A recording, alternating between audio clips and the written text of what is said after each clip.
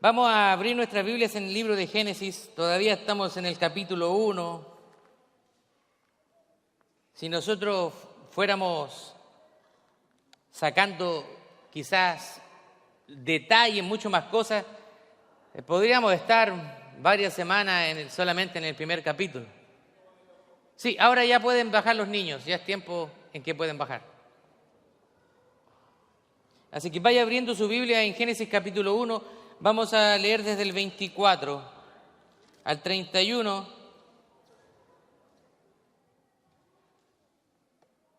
Si usted está conmigo, entonces le vamos a dar lectura. Si gusta ponerse en pie conmigo para que lo leamos juntos. Génesis capítulo 1, versos 24 hasta el 31, final. Dice: Luego dijo Dios: produzca la tierra seres vivientes según su género, bestias y serpientes y animales de la tierra según su especie, y fue así. E hizo Dios animales de la tierra según su género, y ganado según su género, y todo animal que se arrastra sobre la tierra según su especie, y vio Dios que era bueno. Entonces dijo Dios: hagamos al hombre a nuestra imagen, conforme a nuestra semejanza, y señoree en los peces del mar, en las aves de los cielos, en las bestias, en toda la tierra, y en todo animal que se arrastra sobre la tierra. Y creó Dios al hombre a su imagen, a imagen de Dios lo creó, varón y hembra los creó. Y los bendijo Dios y dijo: fructifiquen y multiplíquense, llenen la tierra y sojúzguenla, y señoreen en los peces del mar, en las aves de los cielos y en todas las bestias que se mueven sobre la tierra. Y dijo Dios: he aquí que os he dado toda planta que da semilla que está sobre la tierra, y todo árbol que hay fruto y que da semilla, os serán para comer, y a toda bestia de la tierra, y a todas las aves de los cielos, y a todo lo que se arrastra sobre la tierra en que hay vida, y toda planta verde les será para comer. Y fue así. Y vio Dios todo lo que había hecho, y he aquí que era bueno en gran manera, y fue la tarde y la mañana el día sexto. Tome asiento.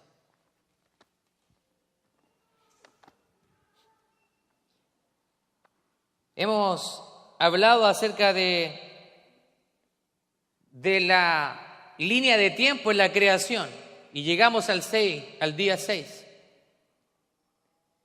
El día 6, según la mayoría, es el día donde está el clímax de la creación. Es el día en que Dios hace su obra maestra y es donde crea al hombre. Ahora, si usted se fija en el relato de la creación, por su palabra Dios crea, pero cuando llega a la formación del hombre,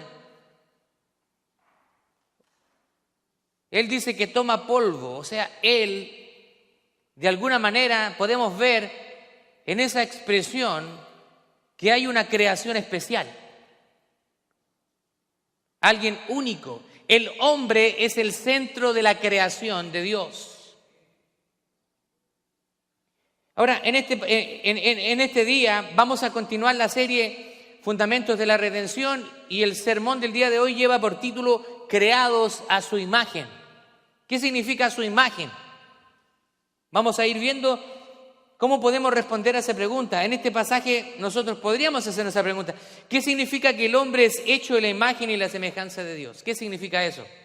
¿Somos dioses? No. Hay ciertas religiones que te dicen que podemos llegar a ser dioses, pero nosotros somos creados a su imagen. Significa que somos parecidos a Dios, pero nosotros no somos Dios, no somos dioses. Ahora, es exactamente lo que nosotros vamos a ver en este día. A esto se le llama antropología. La antropología es una rama de la teología que estudia el hombre, el ser humano. Viene de una palabra griega que es anthropos, que significa hombre. Ahora, nosotros podemos ver algunas interpretaciones de lo que significa a imagen de Dios. hay ciertas teorías al respecto y algunos padres de la iglesia y algunos eruditos en la antigüedad trataron de describir qué significa ser creados a imagen de Dios.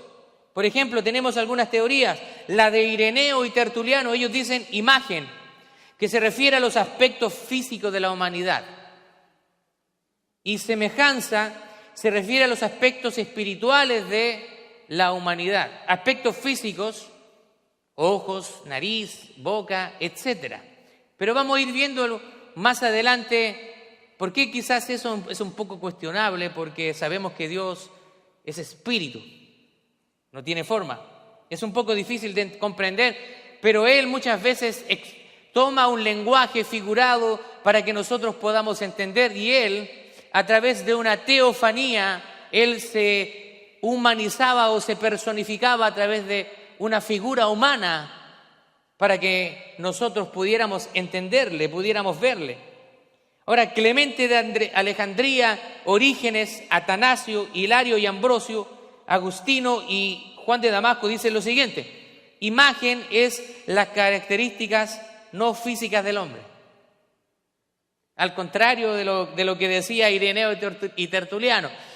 No, imagen dice características no físicas. Y semejanza dice aspectos del hombre que pueden desarrollarse como la santidad o la moralidad, y si no se desarrollan entonces se pueden perder.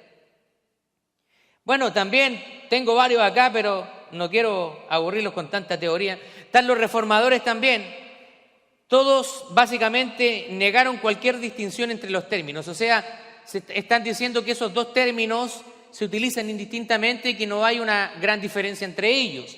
Lutero y Calvino expresaron este concepto con términos distintos, pero expresaban la misma verdad. Dice, debemos abordar el problema de imagen de Dios en el ser humano desde dos puntos de vista: su esencia y su función. En cuanto a su esencia, sugerimos que la imagen de Dios nos habla de la capacidad que tenemos para relacionarnos con Dios. Dios nos ha estampado con algo que permite entablar una relación íntima con nosotros. O sea, Él puso algo en nosotros que nos da esa necesidad de tener que buscarle. La imagen, en términos de función, se puede ver en que el ser humano es colocado en la tierra como representante de Dios ante toda la creación. Él se le dio autoridad, sojuzga en la tierra, se le dio poder sobre toda la creación, sobre los animales, sobre la vegetación y todo lo que había sido creado. Ahora, recuerdo un profesor del seminario allá en Chile, decía, el hombre de por sí es un ser religioso.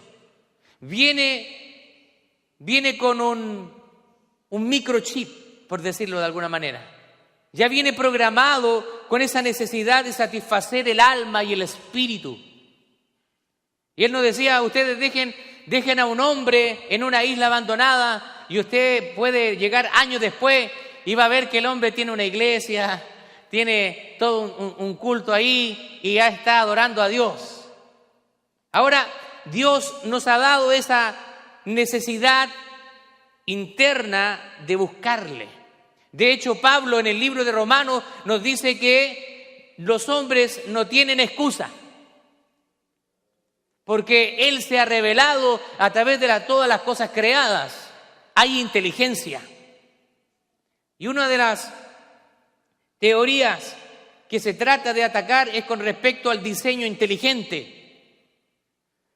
Los ateos tratan de defender la idea de una creación espontánea y creación de la nada, lo que se requiere aún más fe para creer que fue Dios quien hizo las cosas. El diseño inteligente nos lleva a la conclusión de que hay un diseñador a través de algo que muestra cierta inteligencia. Por darle un ejemplo,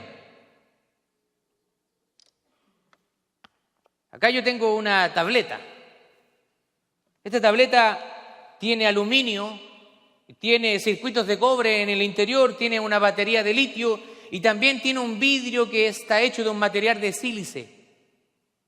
Entonces, los ateos que creen en creación espontánea y desde la nada, dicen que si yo tuviera entonces un bote, de alguna manera tratan de decir eso, tengo un bote y pongo un poco de cobre, pongo un poco de aluminio, pongo un poco de sílice, de plástico, y lo revuelvo todo y pongo un poquito de dinamita y lo enciendo y explota, y al generarse esa explosión, después yo me encuentro una tableta como esta. Eso es totalmente absurdo. Usted me diría, eso es absurdo. Y sí lo es. Pero aquellos que dicen que la creación viene desde la nada están tratando de decir algo como eso. Es absurdo.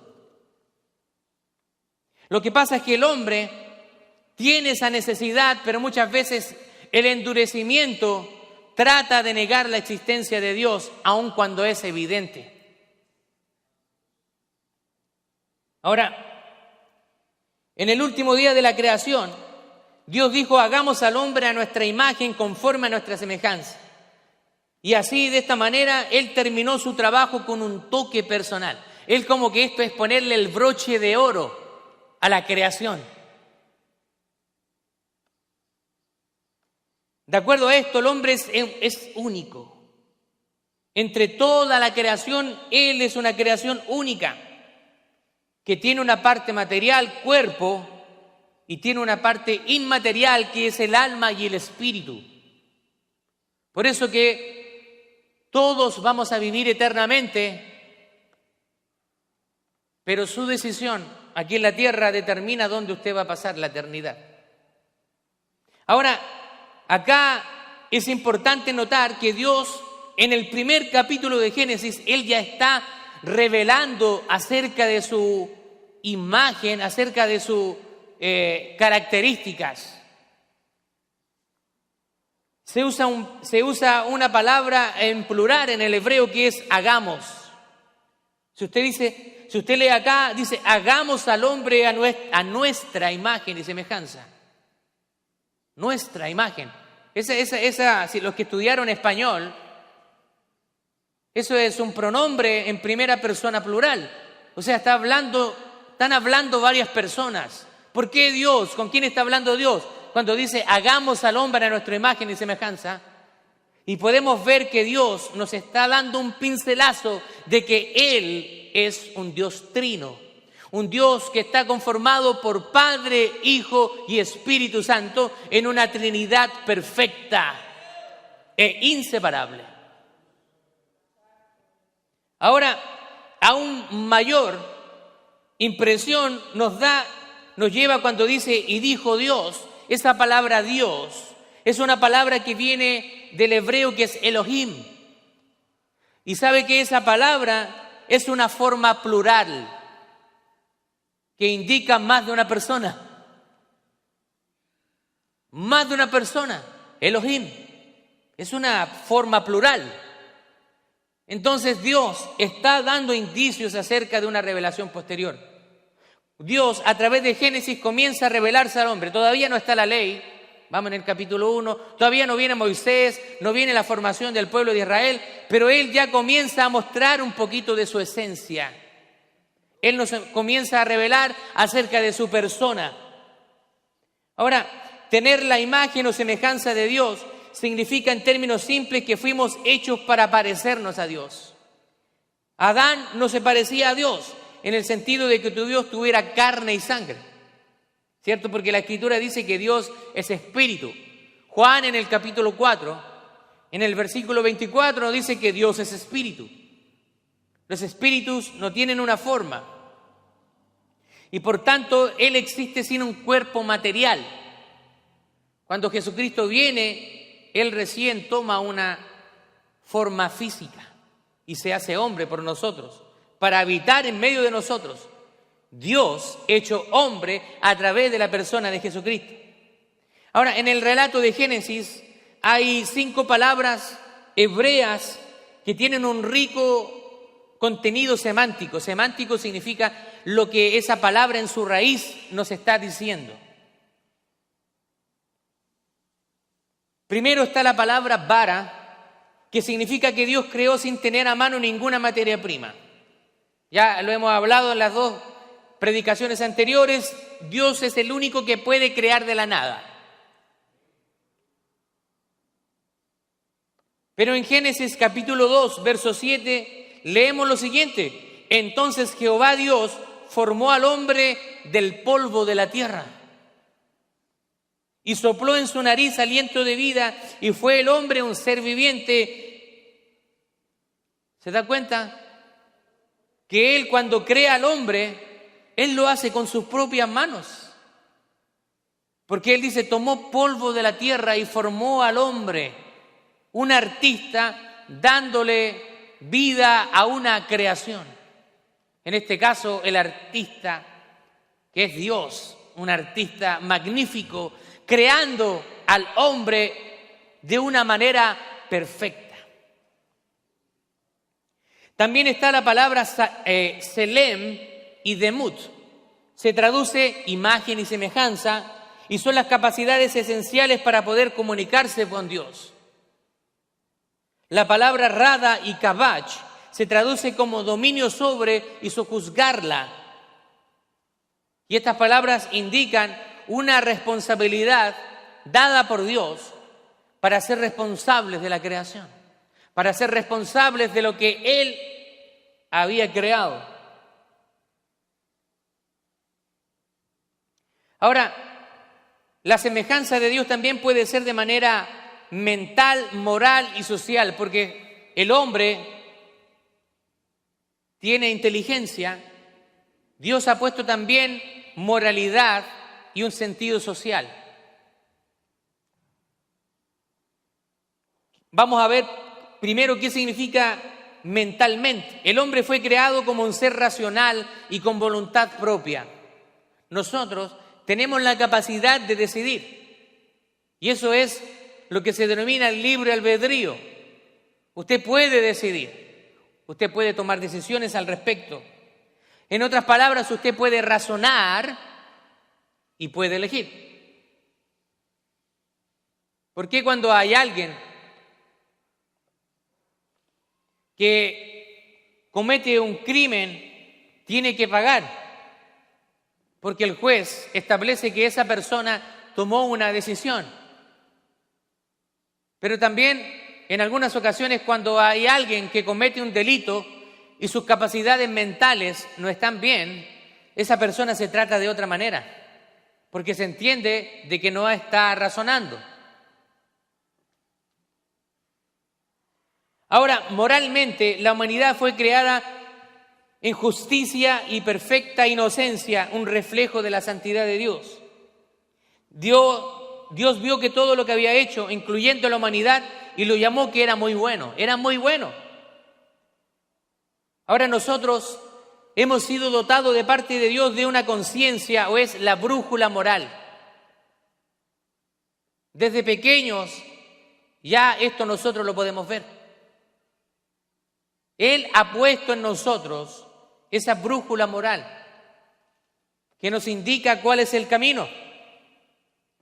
Usted ve a veces niños que ni siquiera hablan y usted ya ve que tienen un comportamiento moral, ya están comenzando a comprender las cosas. Cuando usted le dice a un niño, no toques ese enchufe, y usted le da la orden a ese niño, ¿qué hace ese niño? A veces empieza así.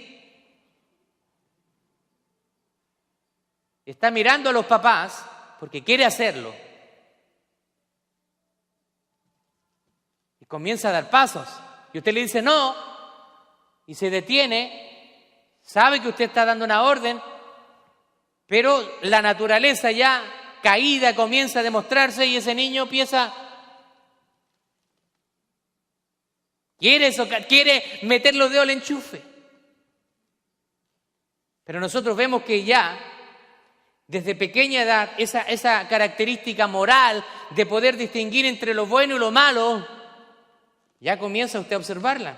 De hecho, cuando pasa algo, usted llega a su casa y encuentra el florero quebrado, un florero quebrado. Y usted pregunta, ¿quién hizo esto? Y los niños se empiezan a poner nerviosos. ¿Por qué? ¿Por qué se piensan a poner nerviosos? Y se echan la culpa a uno. No, yo no fui. Yo solamente iba pasando por ahí y se cayó solo. Y hasta mienten para tratar de cubrir el error. Usted se da cuenta que los niños ya comienzan a comprender, comienzan a diferenciar entre lo bueno y lo malo. ¿Y quién les dijo eso? ¿Quién les dijo eso?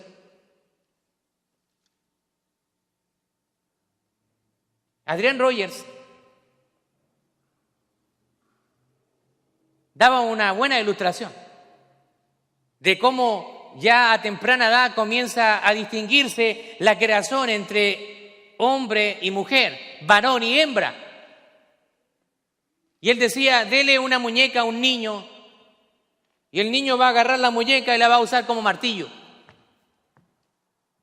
Pero dele esa misma muñeca a una niña y la niña va a tomar esa muñeca, la va a acucurrar, la va a abrazar, la va a proteger. ¿Quién le dice eso al niño? ¿De dónde el niño está obteniendo esa información? Usted se va a dar cuenta que la imagen de Dios, de varón y hembra, ya también comienza a verse desde temprana edad. Ahora, hoy en día, a través de estas ideologías que se están expandiendo como un cáncer a través del mundo, dicen que nosotros no podemos predisponer a los niños, así que tenemos que darle a los niños muñecas y a las niñas balones para que ellos puedan experimentar. O sea, tratan de formar también una distorsión del carácter de ese niño o de esa niña. Ahora también está lo que nosotros llamamos lo social.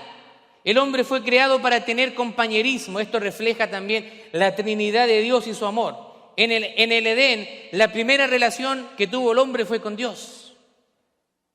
Dios lo hizo un ser con la capacidad de relacionarse, de esa necesidad de compartir con otras personas, de vivir en pareja. Génesis 3:8 implica esta relación y dice, Dios hizo a la mujer porque no es bueno que el hombre esté solo. Le hizo a la mujer porque no era bueno que el hombre esté solo. A todo esto dicen que Adán no tenía ese problema con la suegra. Eso es lo que dicen. No tenía problema con la suegra, Adán. Cada vez que alguien se casa, hace un amigo o asiste a una iglesia, está demostrando que fuimos hechos a la semejanza de Dios. Necesitamos relacionarnos. Ahora, pero parte de haber sido hechos a la imagen de Dios es que Adán tuvo la capacidad de tomar decisiones libremente. Ahora, algunos se preguntan, ¿por qué Dios pone en el jardín del Edén el árbol que Él no quería que comieran? Pero si Dios no quería que comieran de ese árbol, ¿por qué lo pone? Pero ¿sabe qué? Dios tenía que hacerlo. Porque el hombre tenía que tener una prueba de obediencia.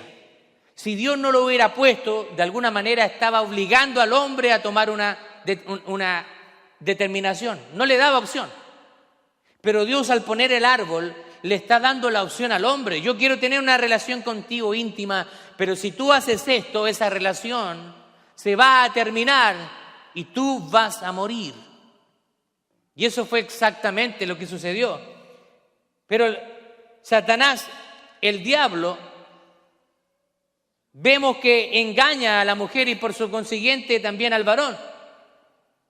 Y le dice, no, ustedes serán como dioses. Y ahí se ve el orgullo del hombre, la avaricia del hombre de querer ser como Dios. No, ustedes no van a morir, ustedes van a ser como dioses. Fue algo atractivo. Es el mismo pecado de Satanás. El orgullo. Romanos capítulo 5, verso 12 dice, por tanto, como el pecado entró en el hombre, en el mundo por un hombre, y por el pecado la muerte, así la muerte pasó a todos los hombres por cuanto todos pecaron. Así que cuando usted nace con una tendencia a pecar, a hacer lo malo. Se va esta tendencia de nosotros al ser sellados a través del Espíritu del Señor. ¿Se va esa tendencia? ¿Sí o no? Algunos están como dudando. ¿Se va esa tendencia de pecar? No se va. No se va. Esa tendencia pecaminosa sigue en nosotros, continúa en nosotros. Pero ahora, a través del Espíritu Santo, Dios nos da la fuerza para decir no al pecado. Esa es la diferencia. Gloria a Dios.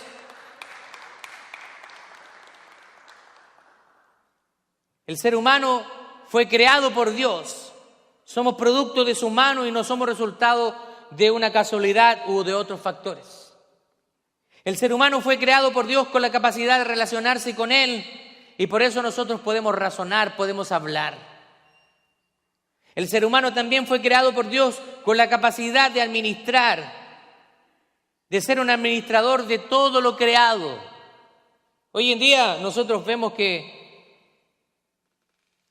el dinero corrompe, el poder corrompe y hoy en día al hombre le interesa más otras cosas que sojuzgar o administrar lo que Dios les ha dado.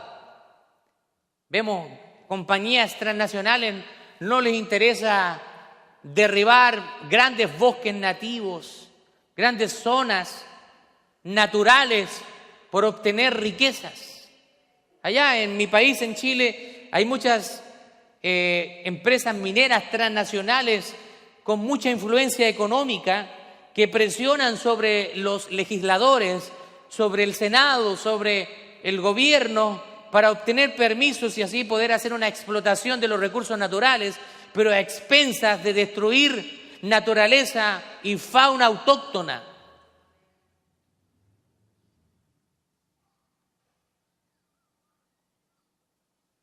El haber sido creados por Dios con capacidades especiales nos conlleva a tener responsabilidad y de cumplir la misión que Él nos ha encomendado.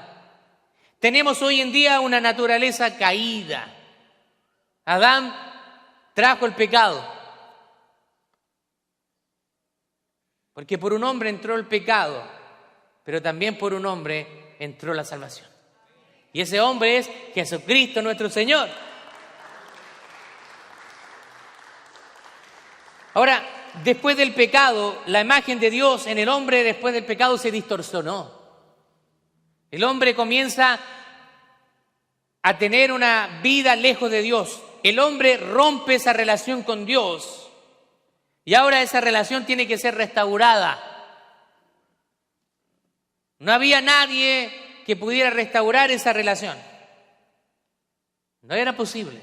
El hombre por sí mismo, nuestro corazón está corrompido y vamos de continuo al mal. No hay quien busque a Dios. Por eso que Dios tiene que tomar la iniciativa en nosotros. Cuando usted se acerca a Dios, realmente es Dios quien lo está llamando a usted. Es Dios quien está influenciando para que usted se acerque a Él. Porque nuestra naturaleza pecaminosa nos hace alejarnos de Dios. Por eso que Dios tiene que intervenir y poner en nosotros tanto el querer como el hacer. Comienza a influenciarnos a través del Espíritu Santo, porque dice que el Espíritu Santo nos va a convencer de pecado, de justicia y de juicio. Porque nosotros mismos vamos a tratar de justificar el pecado. Pero Él es un Dios santo. Y Él no puede habitar donde hay pecado.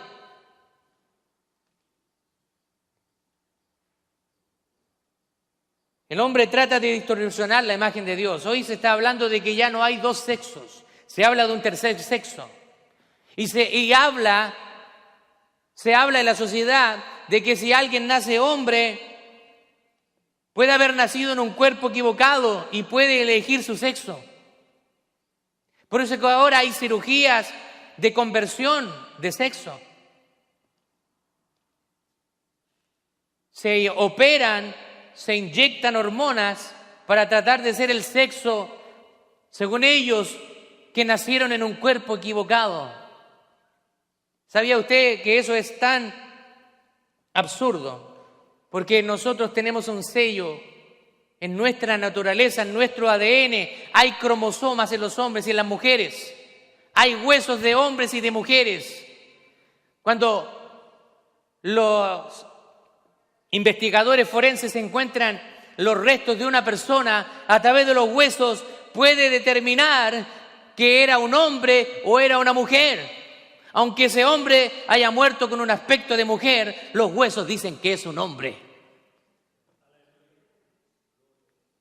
Porque el hombre trata de distorsionar la imagen de Dios. Pero Dios es el creador por excelencia. Ahora, las buenas noticias son que Dios redime a un individuo. Él comienza a restaurar la imagen de Dios en nosotros. Él toma la iniciativa. El nuevo hombre ahora es creado a imagen de Dios. Mire lo que dice Efesios capítulo 4, verso 24. Vístanse del nuevo hombre creado según la justicia y la santidad y la verdad. Esa es la imagen de Dios. La imagen de Dios, Él es un Dios justo, un Dios santo y Él es un Dios de verdad. Pero muchas veces la verdad es dolorosa. Cuando nosotros corregimos el pecado, cuando hablamos de pecado, hay gente que no le gusta, que se enoja. Un escritor cristiano llamado John MacArthur, él dice: no te preocupes porque la verdad ofenda a las personas. Las personas han estado ofendiendo a Dios toda su vida.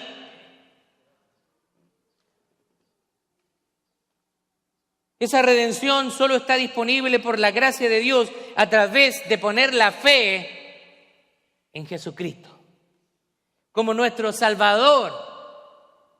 Y Él, una vez que nosotros hacemos esa decisión, Él nos separa para con Dios. Él nos hace propiedad de Dios a través de una decisión de fe. Efesios capítulo 2, versos 8 y 9 dice: porque por gracia ustedes son salvos por medio de la fe, por medio de poner su fe en la persona de Jesucristo. Y esto no es algo que provenga de ustedes, porque es un don de Dios. No por obras, no por lo que ustedes puedan o no puedan hacer, para que nadie se gloríe, para que nadie se alabe.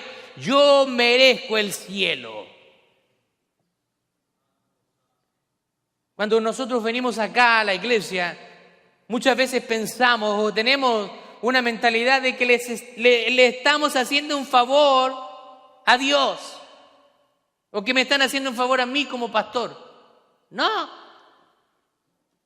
Realmente usted está haciéndose un favor a sí mismo, viniendo a la verdad, viniendo a crecer en aquel que quiere hacerle una nueva criatura a usted.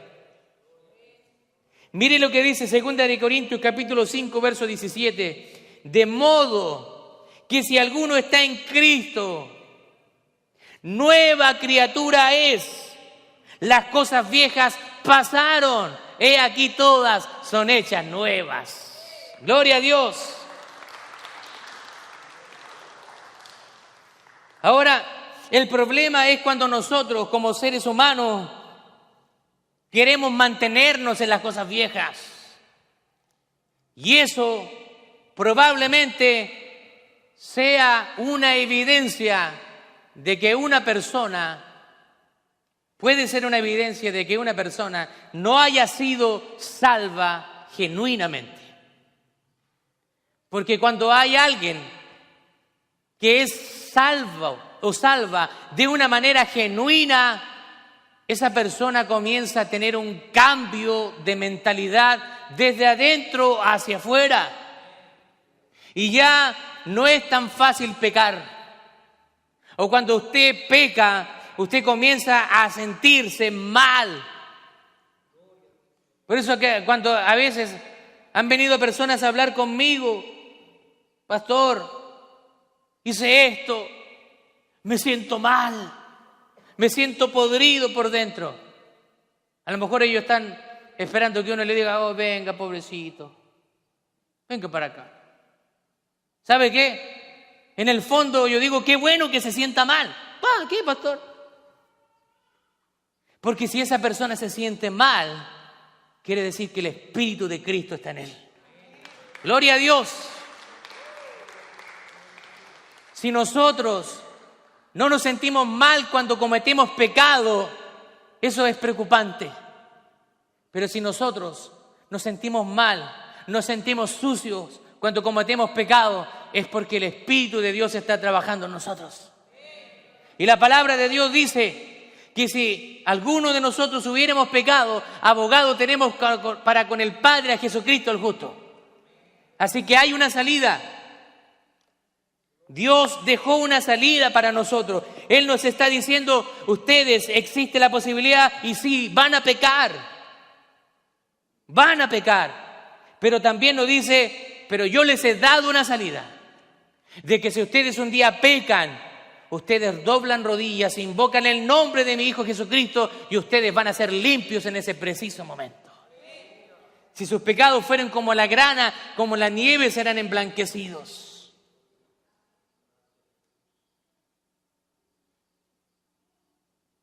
Somos hechos a la imagen de Dios. Y esta imagen tiene que ir tomando forma día a día. No es algo fácil. Llegar a la estatura del varón perfecto que es Jesucristo no es algo fácil. Nos va a tomar toda nuestra vida. Probablemente todavía estamos luchando con algunas cosas. Pero ¿sabe qué? Nuestra actitud está en no conformarnos. Reconocer de que estamos luchando con ciertas cosas y decirle, Señor, yo no puedo por mí mismo. Yo no puedo.